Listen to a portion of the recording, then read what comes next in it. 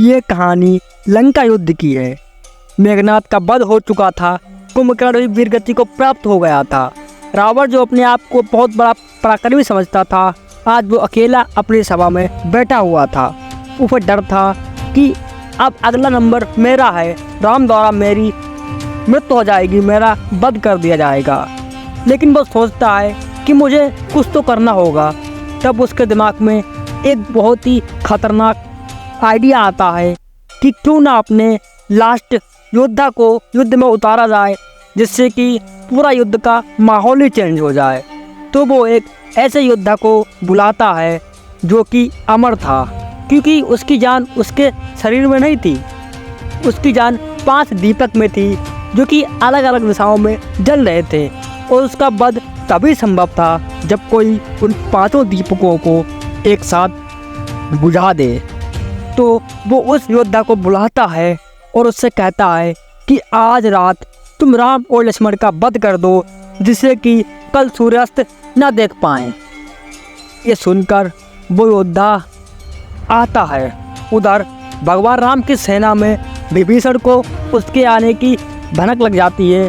तब वो राम से कहते हैं, प्रभु आज की रात बहुत ही भयानक है, क्योंकि आज एक ऐसा योद्धा आने वाला है जो कि अमर है, जिसे मारना पॉसिबल नहीं है, क्योंकि उसके पास तंत्र विद्या, मंत्र और इच्छा शक्ति का प्रदान है।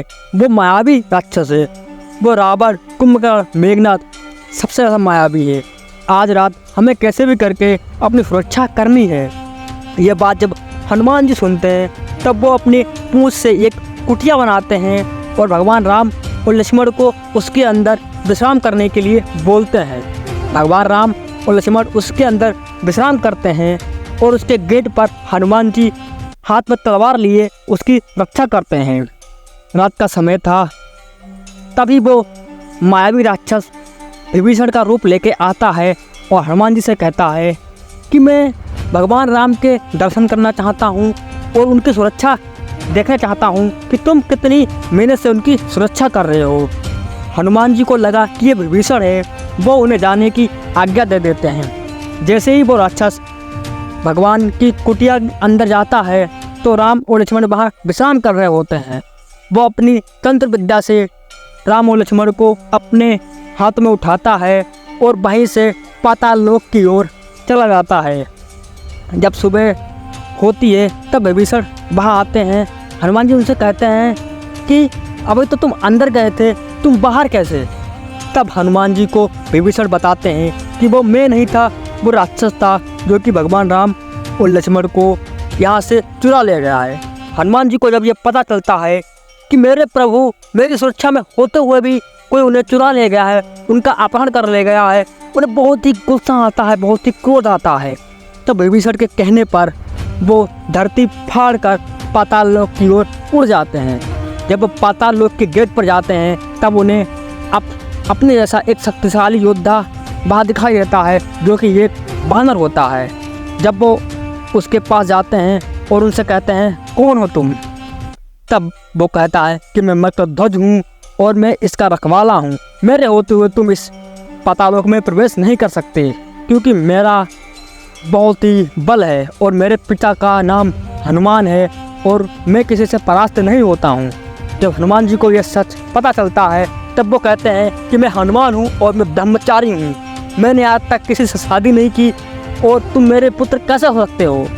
तब वो कहता है कि जब तुमने लंका जलाई थी, तब तुम समुद्र में अपनी पूंछ बुझाने के लिए गए थे, तब तुम्हारे शरीर से पसीने की एक बूंद टपक कर नदी में गिरी थी और उसको एक मछली ने ग्रहण कर लिया था, उसी के पेट से मेरा जन्म हुआ है।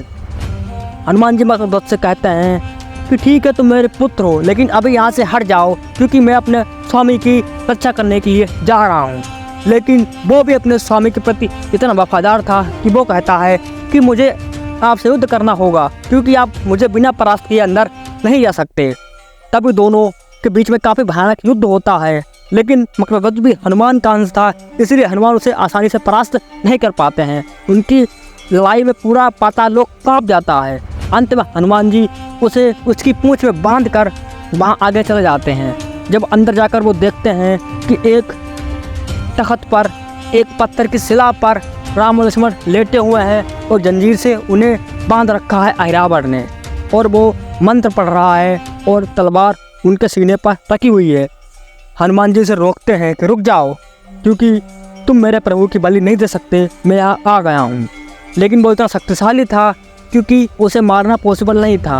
हनुमान जी को जब पता चलता है कि इसकी जान उन जलते हुए 5 दीपक में है जो कि चारों दिशाओं में जल रहे हैं, तब वो सोचते हैं कि मुझे एक ऐसा चमत्कार करना होगा जो कि ये मैं 5 दीपक एक ही बार में बुझा दूँ।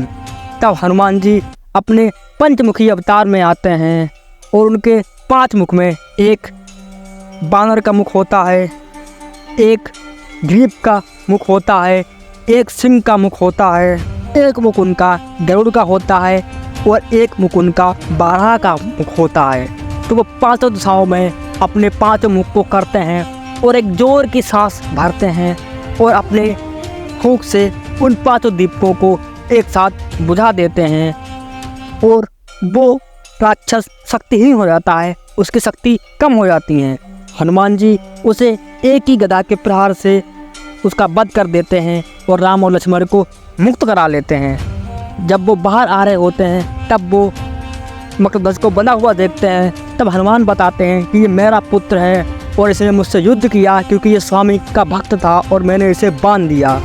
तब भगवान राम मकरध्वज का राजाभिषेक करते हैं, उसे पाताल लोक का राजा बनाते हैं, लंका युद्ध में आ जाते हैं। अगर आपको हनुमान जी के पंचमुखी की कथा अच्छी लगी तो आप इस वीडियो को लाइक करो, कमेंट में जय श्री राम जरूर लिखो और चैनल को सब्सक्राइब करो, क्योंकि हमारा मोटिव होता है आप तक ऐसी कहानी पहुंचाना जो आपने ना सुनी हो ना देखी हो। चलिए हम मिलते हैं आपसे अगली वीडियो में, तब तक के लिए अपना ख्याल रखना।